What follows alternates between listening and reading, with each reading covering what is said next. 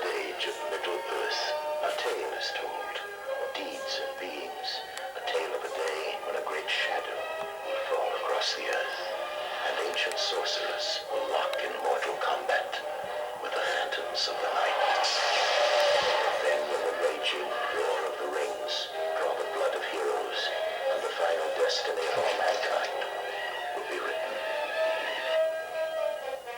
Then will mortal men with dwarf lords and elven princes come to stand together in a single noble army and thunder against all the hosts of darkness at the very gates of doom.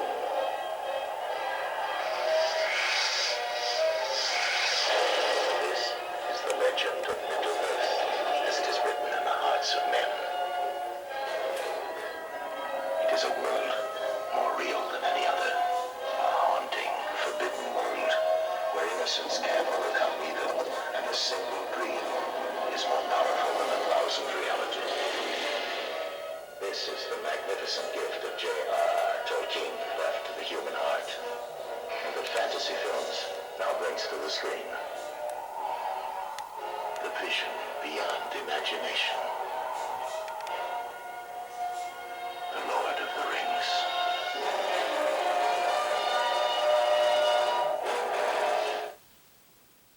And ladies and gentlemen, welcome to a new episode of Physical Media Format here on the Movie Dawgs channel. I am been wanting to do this for quite some time, and this year marks the 20th anniversary of Peter Jackson's Lord of the Rings trilogy, with the of course the 2001 release of The Fellowship of the Ring, which was followed by The Two Towers and concluded with the Oscar-winning masterpiece, Return of the King. Ladies and gentlemen, this is I believe it was the 1988 release, or 86 or 86 or 88 release of the animated feature film Lord of the Rings, which came out in 1978.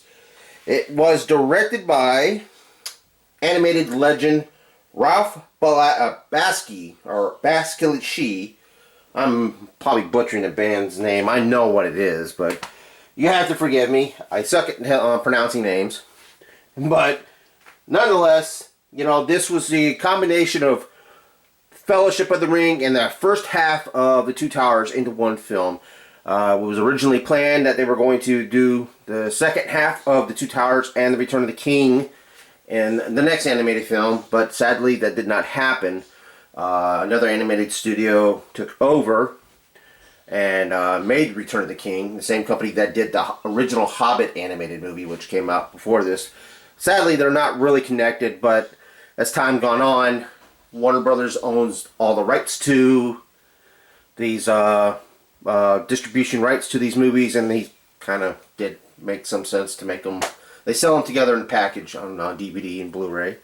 But this one was released by United Artists, which is was a sub-brand to MGM.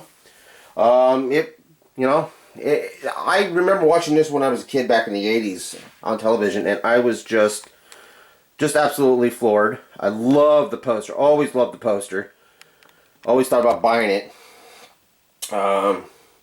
Gave more of a, mythical, almost a biblical thing. I mean, this almost looks like a Leonardo da Vinci Sistine Chapel type of look. But it was a bit of a financial success, but still just, didn't, I guess, pull in enough because it wasn't Disney. Didn't pull in Disney money or something. I don't know. It got mixed reviews by critics, but it should have spawned a sequel, but it never did. Anyway, there was I don't know. I love how one thing was about Ralph Bakshi, who also did another great animated movie called American Pop and Wizards, on top of so much more of things. I mean, he really took the old school system of rotoscoping, was also used in the 1930s and 1940s animation. Is by you film live action films, cells, and then you color them kind of, or paint over them frame by frame and create an animated look, which also helped so much when it came to realistic thing. CGI now uses that type of, when it comes to motion capture, when it comes to the creature Golem that Adam Serkis played in the Peter Jackson trilogy. But it's just, this film just it's like a Renaissance painting come to life. It's the best way I can describe it. It was just, I have to say, again, Fire and Ice, another movie you need to take a look at. Cool World. Those who have seen the Brad Pitt film Cool World with Kim Basinger and Brad Pitt, and that movie right there is one of his last big movies that come out in the 90s. It came out in the 92. He also did Fritz the Cat. He did, that was his film debut. Directing debut was Fritz the Cat in 1972. Which one, I think, still to this day is the first animated movie to get an X rating. But again, Wizards, another groundbreaking film. You really have to check this out. Just really check out his works. It's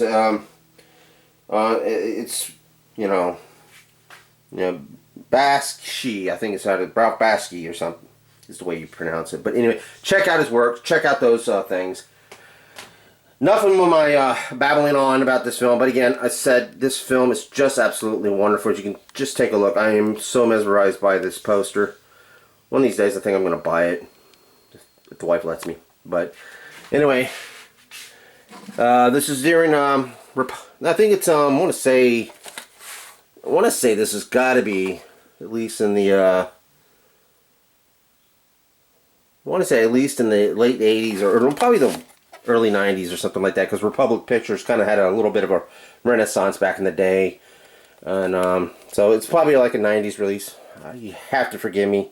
As you can see, there's Republic Pictures, which was an old studio from back in the golden age of Hollywood, and Lumbery, which is, I think, is just a distribution company. But again, here's the side, which is almost close to what it looks like when it comes to the theatrical, the live action ones. But anyway, let's go ahead and we'll take it out again. We'll see. There's the Republic Pictures, the Lord of the Rings. As I said, they got the distribution until Warner Brothers ended up getting it in the early 2000s. Here in the back, you can see Frodo with the Ring of Power. Frodo with Gandalf. Great, even though he's wearing a blue robe in this movie. I guess that's to make it. And of course, there's the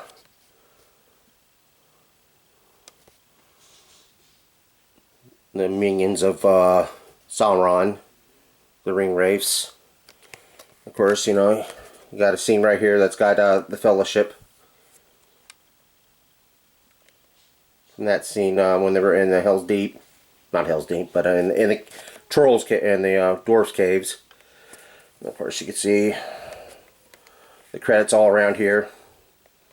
It's a PG movie.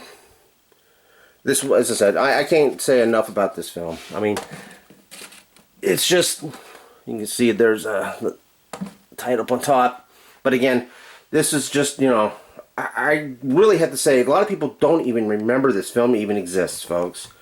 Or that the fact that there was a Hobbit animated movie and then their animated version of Lord of the Rings. But and Return of the King. So I do have to say, folks, by any means necessary, even if you find it on YouTube or any streaming service, or heck, even I'm going to be watching this here tonight anyway, because my son, who I got this one, he's a big Lord of the Rings fan, and I got this for him as a thing to put up on his shelf with a bunch of other few things that he's got up there. So, but again, folks, if you have not seen this movie, do let me know on the comments down below. If you do, go check it out and tell me what you think of it.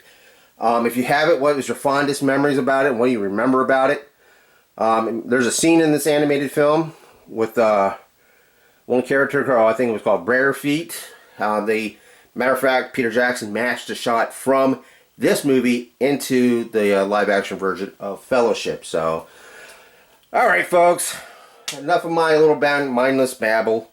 Don't forget, please hit that thumbs up, support this channel by hitting the thumbs up. Leave comments down below. If you haven't yet, hit the notification bell to get all notifications of when these videos are going to drop. And please, if you haven't subscribed, please go right ahead and subscribe and everything. It's free. You don't have to. You don't have to pay a thing.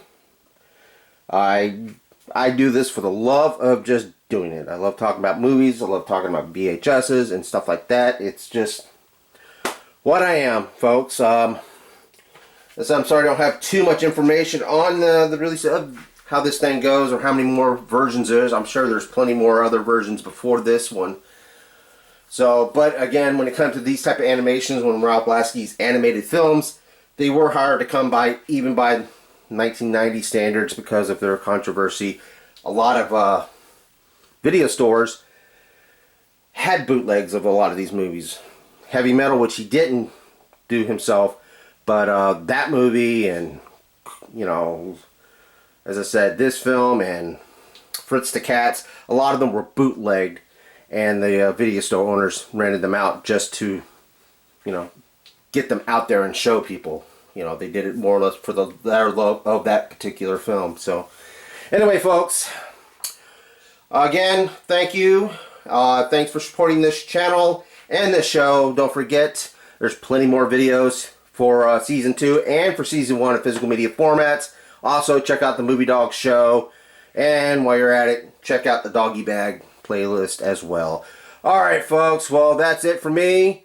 And again, thank you for watching Physical Media Format. Again, thank you for watching, and please keep watching, folks. Bye.